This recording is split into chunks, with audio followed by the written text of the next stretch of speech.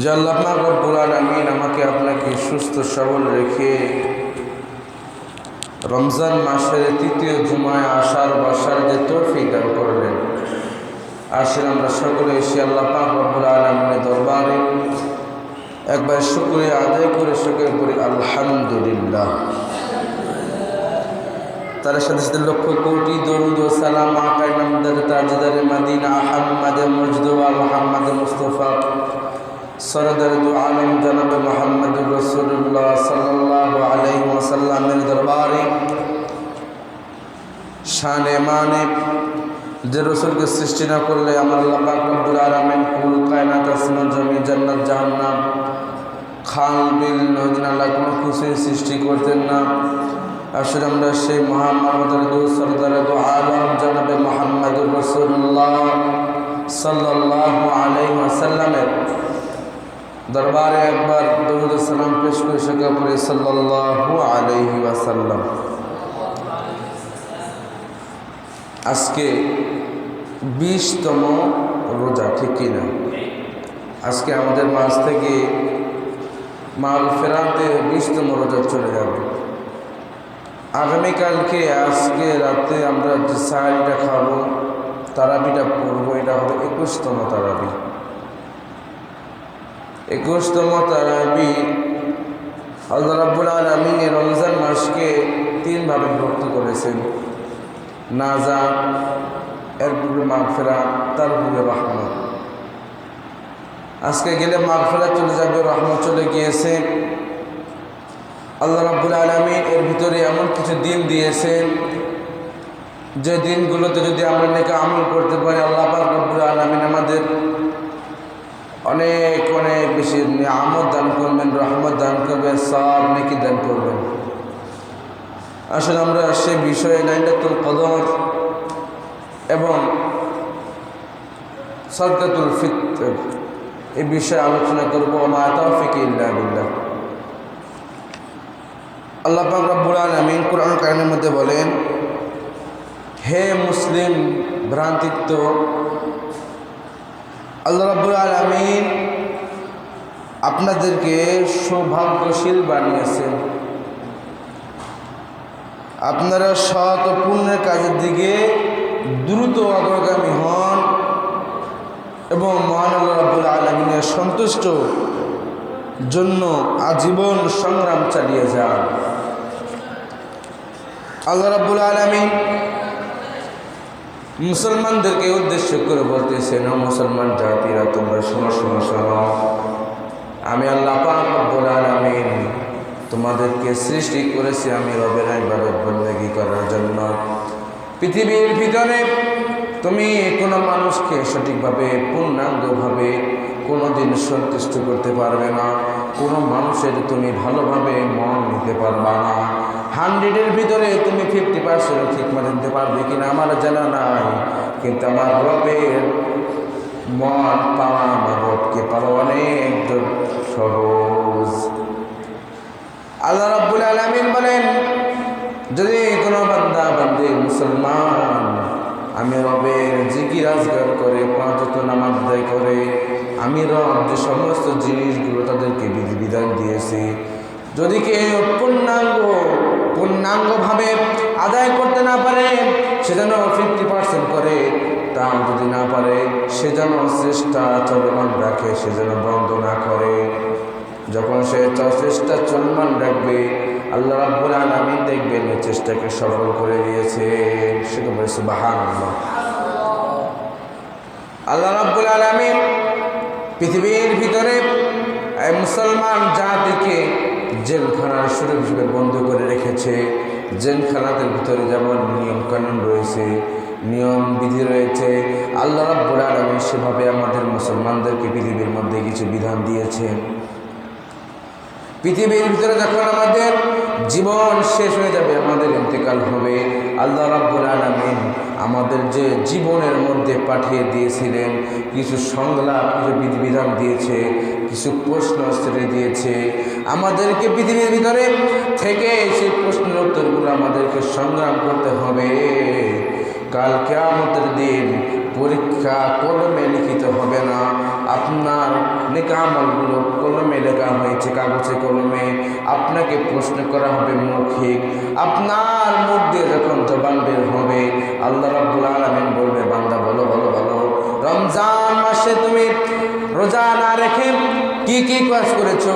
তুমি মন দিয়ে বলতে চাবে না, তোমার মুখ তোমার বিপক্ষে সাক্ষী দিয়ে দিবে, তুমি একটু বাধা দিতে পারবা না।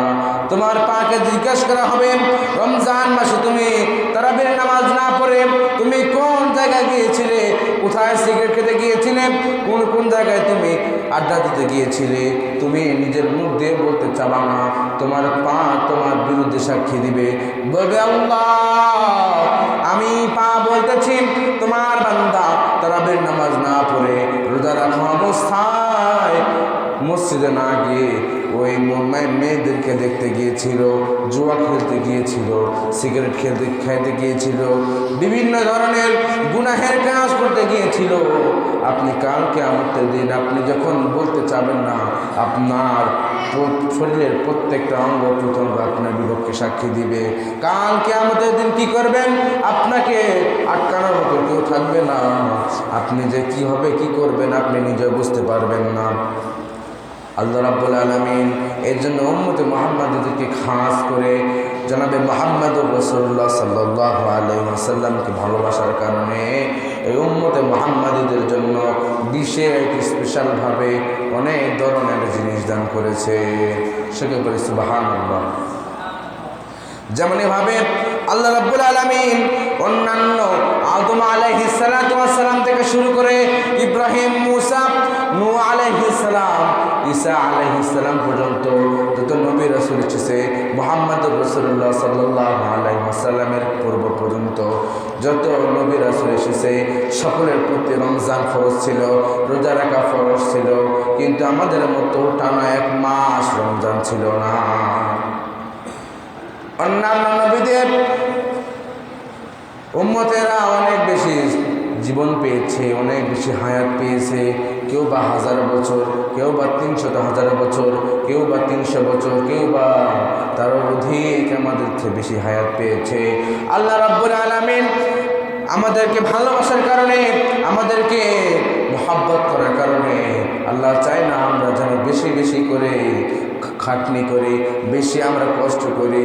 আল্লাহ রাব্বুল আলামিন এই জন্য আমাদেরকে ভালোবাসার কারণে এক মাস রোজা দিলেন, যে এক মাস যদি তোমরা ইখলাসের সহিত নেক আমল করতে পারো, নামাজ আদায় করতে পারো, রোজা রাখতে পারো, আল্লাহ রাব্বুল আলামিন কাল কিয়ামতের দিন জান্নাতের মধ্যে একটি দরজা দিয়েছেন, রাইয়ান নামক দরজা। ওই দরজা দিয়ে আপনাকে আল্লাহ রাব্বুল আলামিন জান্নাতে প্রবেশ করাবে। সেটা বলি সুবহানাল্লাহ। যে কথাটি বলতেছিলাম মুহতারাম হাজিরিন, আজকে 20তম রোজা চলে গেল, চলে যাচ্ছে, আর কিছুক্ষণ সময় বাকি রয়েছে। আল্লাহ রাব্বুল আলামিন রাসূল কারীম সাল্লাল্লাহু আলাইহি ওয়াসাল্লাম বর্ণনা করতেছেন, মুসা আলাইহিস সালাতু ওয়াস সালামের জামানায় একজন আবেদ ছিলেন। কি ছিলেন? একজন আবেদ ছিলেন। সে 24 আওয়ার ইবাদত বন্দেগী করত। আল্লাহ রাব্বুল আলামিন ওই আবেদ ওই সময় তাদের হায়াত ছিল অনেক বেশি, আমাদের হায়াত কম, 60 থেকে 70 বছর, তাদের হায়াত ছিল অনেক বেশি। সে নেক আমল করতে করতে অনেক বেশি নেক আমল করে ফেলেছে। সে 83 বছরের চেয়েও বেশি নেক আমল করেছে। সে নেক আমলগুলো করার বদৌলতে যখন নবী মুহাম্মদ সাল্লাল্লাহু আলাইহি ওয়াসাল্লাম শুনতে পেলেন মুসা আলাইহিস সালাতু ওয়াস সালামের জামানায় একজন আবেদ এভাবে নেক আমল করেছে, তাদের হায়াত দীর্ঘায়িত করা ছিল, মুহাম্মদুর রাসূলুল্লাহর কলবের মধ্যে একটু আঘাত লাগলো। তিনি মনে মনে একটু নিজেকে কষ্ট অনুভব করতে লাগলেন। আল্লাহ রাব্বুল আলামিন বলেন, আল্লাহ ও মুহাম্মদ সাল্লাল্লাহু আলাইহি ওয়াসাল্লাম ও হাবিব, আপনার মনে কিসের কষ্ট, কিসের দুঃখ? নবী মুহাম্মদ সাল্লাল্লাহু আলাইহি ওয়াসাল্লাম বলেন, আল্লাহ ওই সমস্ত নবীদের উম্মতেরা অনেক বেশি হায়াত পেয়েছে, তারা অনেক বেশি সওয়াব নেক আমল করতে পেরেছে, কিন্তু আমার উম্মতে মুহাম্মদের হায়াত অনেক কম, তারা কিভাবে তাদের সঙ্গে টেক্কা দিয়ে চলবে? আল্লাহ রাব্বুল আলামিন মুহাম্মদ সাল্লাল্লাহু আলাইহি ওয়াসাল্লামকে পুরস্কার হিসাবে মুমিনদের জন্য আল্লাহ রাব্বুল আলামিন লাস্টের 10 নাজাতের 10 দিনে বেজর রাত্রিগুলোতে এমন একটি রাত দিয়েছে, যদি কেউ এই রাত্রে পূর্ণাঙ্গভাবে নামাজ নেক আমল করতে পারে, ইবাদত বন্দেগী করতে পারে, আল্লাহ রাব্বুল আলামিন তাকে 83 বছর 4 মাস যদি কেউ একটানা রোজা রেখে নামাজ পড়ে ইবাদত বন্দেগী করলে যে সওয়াব হয়, আল্লাহ রাব্বুল আলামিন উম্মতে মুহাম্মাদের যদি একজন ব্যক্তি এই লাইলাতুল কদরের রাত্রিতে যদি টানা ইবাদত বন্দেগী করে, আল্লাহ রাব্বুল আলামিন 83 বছর 4 মাস ইবাদত বন্দেগী করলে যে সওয়াব হয়, আল্লাহ রাব্বুল আলামিন তার আমলনামায় সমপরিমাণ সওয়াব দিবে। সেকে বলে সুবহানাল্লাহ। এখন আমরা এই লাইলাতুল কদরটাকে খুঁজবো কিভাবে? সে কাজ কেউ মহানবী সাল্লাল্লাহু আলাইহি ওয়াসাল্লাম সহজ করে দিয়েছেন। নবী করিম সাল্লাল্লাহু আলাইহি ওয়াসাল্লাম বলেন, ও উম্মতে মুহাম্মাদিরা, তোমরা শেষের 10 দশকে যে সমস্ত বেজর রাত্রিগুলো রয়েছে, তোমরা সে সমস্ত বেজর রাত্রিতে গিয়ে লাইলাতুল কদর তালাশ করো। 21, 23, 25, 27, 29 এই সমস্ত বেজর রাত্রিগুলোতে আল্লাহ রাব্বুল আলামিন আমাদেরকে লাইলাতুল কদর তালাশ করার জন্য উৎসাহিত করেছেন। কেননা এই সমস্ত বেজর রাত্রিতে লাইলাতুল কদর পাওয়া যাবে 100%, কিন্তু কোন দিন পাওয়া যাবে নির্দিষ্ট করে উল্লেখ করা হয় নাই। কিন্তু আমাদের হানাফি মাযহাবে ইমামে আযম ইমাম আবু হানিফা রাহমাতুল্লাহি আলাইহি তিনার জ্ঞানে তিনি ব্যাখ্যা বিশ্লেষণ করে বের করেছেন, লাইলাতুল কদর সূরাতে 3 বার লাইলাতুল কদর উল্লেখ করা হয়েছে, আর লাইলাতুল কদর সূরাতে 9টি আয়াত রয়েছে। অতএব আমরা যদি 9 দিয়ে 3কে গুণ করি তাহলে হয় 27। এজন্য ইমাম আযম আবু হানিফা রাহমাতুল্লাহি আলাইহি বলেন, রমজান মাসের শেষ দশকে 27শে রজবের 27শে রমজানের রাত্রে যদি কেউ রাত জাগরণ করে, লাইলাতুল কদর সবচেয়ে বেশি হওয়ার, কদর পাওয়ার সবচেয়ে বেশি সম্ভাবনা থাকে 27শে রাত্রে। সেটা বলে সুবহানাল্লাহ। আল্লাহ রাব্বুল আলামিন আমাদেরকে এই রাত্রিতে আমল করার জন্য যেভাবে তাগিদ দিয়েছে, যদি কোনো মুমিন মুমিনাত মুসলিমিন এই রাত্রিতে দাঁড়িয়ে ইবাদত বন্দেগী করে, তার জীবনের গুনাহগুলো মাফ হওয়ার জন্য ফরিয়াদ করে, আল্লাহ রাব্বুল আলামিন বলেন, এই রাত্রিতে আমি আমার সমস্ত রহমতের ফেরেশতাগুলোকে প্রথম আসমানে পাঠিয়ে দেয়। সেটা করে সুবহানাল্লাহ। প্রথম আসমানে পাঠিয়ে দেয় কি কারণে? আল্লাহ রাব্বুল আলামিন বলে, ফেরেশতারা দেখো দেখো দেখো, কোন ঘরের কোনায়, কোন মসজিদের বারান্দায়, কোন উঠানের তুলে, কোন পাহাড়ের উপরে, কোন ঝাড় জঙ্গলে, কোন জঙ্গলে ঘরে ঘরে, কোথায় কোথায় আমার বান্দা বান্দি আমি রবের কাছে ক্ষমা চাই। সেটা বলে সুবহানাল্লাহ। কি চাই? ক্ষমা চাই। কারণ আমরা মুসলমান, আমরা মানুষ, ইনসান, মাটির দ্বারা তৈরি, আমরা নাপাক পানির দ্বারা তৈরি হয়েছি। আমাদেরকে আল্লাহ রাব্বুল আলামিন সৃষ্টি করেছে, আমরা গুনাহ করতে ভালোবাসি, ঠিক কিনা? যদি এখন গুনাহের কাজ করা বলা হয়, আমরা সবার আগে থাকবো। যদি নেকির কাজের কথা বলা হয়, সওয়াবের কথা বলা হয়, আমরা অসংখ্য যুবক, অসংখ্য মানুষ, সেটা বৃদ্ধ হয় না কেন, মা বোনের হয় না কেন, আমরা সওয়াবের কাজ করতে অনেক দ্বিধাবোধ করি। এই জন্য আল্লাহ পাক রব্বুল আলামিন ওই রাত্রিতে প্রথম আসমানের মধ্যে নামিয়ে দিবেন ফেরেশতাদেরকে। কারণ আল্লাহ রাব্বুল আলামিন জানে, আল্লাহ রাব্বুল আলামিন বলেন, আমি এই রাত্রিতে অসংখ্য অগণিত বান্দা বান্দীদেরকে মাফ করে দেই। রাসূল করিম সাল্লাল্লাহু আলাইহি ওয়াসাল্লাম ইরশাদ করতেছেন, হযরত উবাদা ইবনে সামিত রাদিয়াল্লাহু তাআলা আনহু থেকে বর্ণিত, তিনি বলেন, রাসূল করিম সাল্লাল্লাহু আলাইহি ওয়াসাল্লাম ইরশাদ করেন, লাইলাতুল কদর দিন তারিখ সম্পর্কে অবহিত করার জন্য বের হলেন। এ সময় সাহাবায়ে কেরামের মধ্যে 2 ব্যক্তি একে অপরের সাথে কথাবার্তা সংলাপ কোন ব্যাপারে কথা বাহিকতা লিপ্ত হয়। তিনি বলে এক পর্যায়ে আমি বের হলাম তোমাদেরকে লাইলাতুল কদরের সঠিক তারিখ জানিয়ে দেওয়ার জন্য, কিন্তু অমুক অমুক ব্যক্তি ঝগড়ার কারণে সঠিক তারিখ আইলেম আমার কলব থেকে উঠিয়ে নেওয়া হয়েছে। নাউযুবিল্লাহ। রাসূল করিম সাল্লাল্লাহু আলাইহি ওয়াসাল্লাম বের হলেন লাইলাতুল কদরের সঠিক তারিখটা বলার জন্য। কি করার জন্য? সঠিক তারিখ বের হওয়ার বলার জন্য। এমন অবস্থায় দেখতে পেলেন দুইজন ব্যক্তি ঝগড়া করতেছে।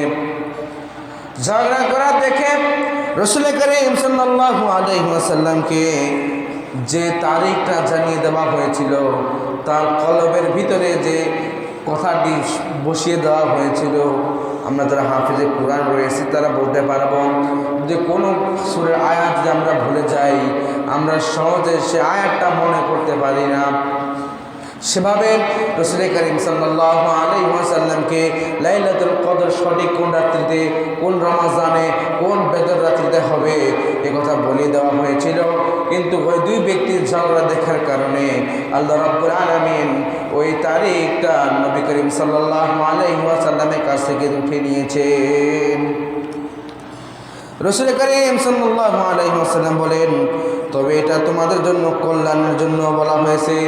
আশা করি কারণ তোমরা একদিন ইবাদত করার বদৌলতে তোমরা বেজর রাত্রিগুলো, প্রত্যেকটা বেজর রাত্রে তোমরা ইবাদত বন্দেগী করবে। রাসূল করিম সাল্লাল্লাহু আলাইহি ওয়াসাল্লাম এরপরে বলতেছেন, অতএব তোমরা রমজানের 29, 27, 25 তারিখে, 21 তারিখে সবে কদর তালাশ করো। দেখেন আমরা উম্মতে মুহাম্মাদি কতটা ভাগ্যবান ছিলাম। আল্লাহ রাব্বুল আলামিন আমাদেরকে জানিয়ে দিতে যাচ্ছিলেন নবী করিম সাল্লাল্লাহু আলাইহি ওয়াসাল্লামের মাধ্যমে, আমরা যেন লাইলাতুল কদর সঠিক দিনটা জানতে পারি। কিন্তু আফসোস, অনেক মানুষ এসে দেখবেন যে সহজে কোনো জিনিস পায় সেটা কদর করতে জানে না, ঠিক কিনা? অনেকে রয়েছে যদি সহজে কোনো জিনিস পায় এটা আমরা কদর করতে জানি না। এজন্য আল্লাহ রাব্বুল আলামিন আমাদেরকে দিতে চেয়েও আমাদের কারণে আল্লাহ রাব্বুল আলামিন আবার ফিরে নিয়ে চলে গিয়েছে। যেন আসলে আমরা সকলেই এই শেষ দশকে আমরা যেন বেজর রাত্রিগুলোতে নাকি আমল করতে পারি, সে তৌফিক দান করছে আল্লাহুম্মা আমিন। আল্লাহ রাব্বুল আলামিন আরেকটি কথা বলেন, যদি কেউ এই শেষ দশকে ইতিকাফ থাকে, কি থাকে? ইতিকাফ থাকে প্রত্যেকটা কম বেশি প্রত্যেকটা মসজিদে, প্রত্যেকটা মহল্লায় আমার মতে কমপক্ষে একজন হলো ইতিকাফ থাকা দরকার। কেননা যদি কেউ ইতিকাফ না থাকে, আমরা বাসা থেকে কোনো দিন অধিকাংশ সময় সম্ভব হয় না বেজর রাত্রিগুলো জাগরণ করা। যদি কেউ মসজিদের মধ্যে থাকে বেজর রাত্রিকে সে নেকা আমল করে, অতএব এই মসজিদ থাকার বদৌলতে একজন তো নেকা আমল করেছে, এই বদৌলতে আল্লাহ রাব্বুল আলামিন ওই এলাকার প্রতি রহমত নাজিল করবে। আর যদি একজনও না থাকে আপনার ওই মহল্লার মধ্যে, এলাকার ভিতরে যদি কেউ নেকা আমল করার কেউ না থাকে, আল্লাহ রাব্বুল আলামিন ওই এলাকার উপর থেকে অসন্তুষ্ট হয়ে যান। আসুন আমরা সকলেই কমসে কম একজন হলেও, আমাদের এলাকা থেকে একজনকে হলেও আমরা যেন সেই মসজিদের মধ্যে ইতিকাফ থাকার উৎসাহিত করতে পারি। আল্লাহ রাব্বুল আলামিন আমাদের সে তৌফিক দান করুক। আরেকটি মোহতারাম হাজিরিন, আল্লাহ রাসূল সাল্লাল্লাহু আলাইহি ওয়াসাল্লাম বলেন, এই রোজা রমজান মাস রোজা থাকা অবস্থায় যদি আমাদের কোনো ধরনের ভুল ত্রুটি হয়ে থাকে, আমরা বেখেয়ালিভাবে আমরা কোনো ধরনের অশ্লীল কথা বলতে পারি, আমাদের দৃষ্টি অশ্লীল কাজ দিতে পারে, বা কোনো জিনিস লিখতেছি বা মোবাইল স্ক্রিনে ভালো ক্লিপ দেখতেছি, এমতো অবস্থায় খারাপ অশ্লীল কোন ধরনের জিনিস আমাদের চোখে পড়েছে, এই সমস্ত জিনিস থেকে আমাদের রোজাকে শুদ্ধ করার কারণে আল্লাহ রাসূল সাল্লাল্লাহু আলাইহি ওয়াসাল্লাম একটি পদ্ধতি বাতিয়ে দিয়েছেন, 80 টাকা সদকাতুল ফিতর। যদি কেউ এই সদকাতুল ফিতর আদায় করে, আল্লাহ রাব্বুল আলামিন তার এই রোজার রমজান মাসে যে সমস্ত রোজা রেখেছে, এই রোজার মধ্যে যদি কোনো ধরনের ভুল ত্রুটি হয়ে থাকে, আল্লাহ রাব্বুল আলামিন সেই সদকাতুল ফিতর অনুযায়ী আল্লাহ রাব্বুল আলামিন মাফ করে দিবেন। এই সদকাতুল ফিতর কে কে দিবে। আপনি যদি আপনার বাসায় কাজের মহিলা থাকে, আপনার বাসায় যদি ছোট বাচ্চা হয়, সন্তান জন্ম নেয়, আপনার পিতা মাতা ভাই বোন যারা রয়েছে আপনার পরিবারে, যাদেরকে আপনি খাওয়ান, আপনার বাসায় থাকে, ঈদের নামাজের পূর্বে আপনার সন্তান যদি জন্মগ্রহণ করে, ঈদের নামাজের ফজরের আগে, শবে সাদিকের পূর্বে আপনাকে সেই বাচ্চারও কী করতে হবে? সদকাতুল ফিতর আদায় করতে হবে। বাংলাদেশ ইসলামিক ফাউন্ডেশন এই সদকাতুল ফিতরের টাকা নির্মাণ করেছে। সর্বনিম্ন একজন জনপ্রতি সদকাতুল ফিতর হলো 110 টাকা, আর সর্বোচ্চ হলো 2805 টাকা। আল্লাহ রাব্বুল আলামিন আমাদের সকলকে সদকাতুল ফিতর আদায় করার এবং পাশাপাশি লাইলাতুল কদর তালাশ করার তৌফিক দান করুন। শুকর আল্লাহুম্মা আমিন। ওয়া মা আলাইনা ইল্লাল বালাগুল মুবিন।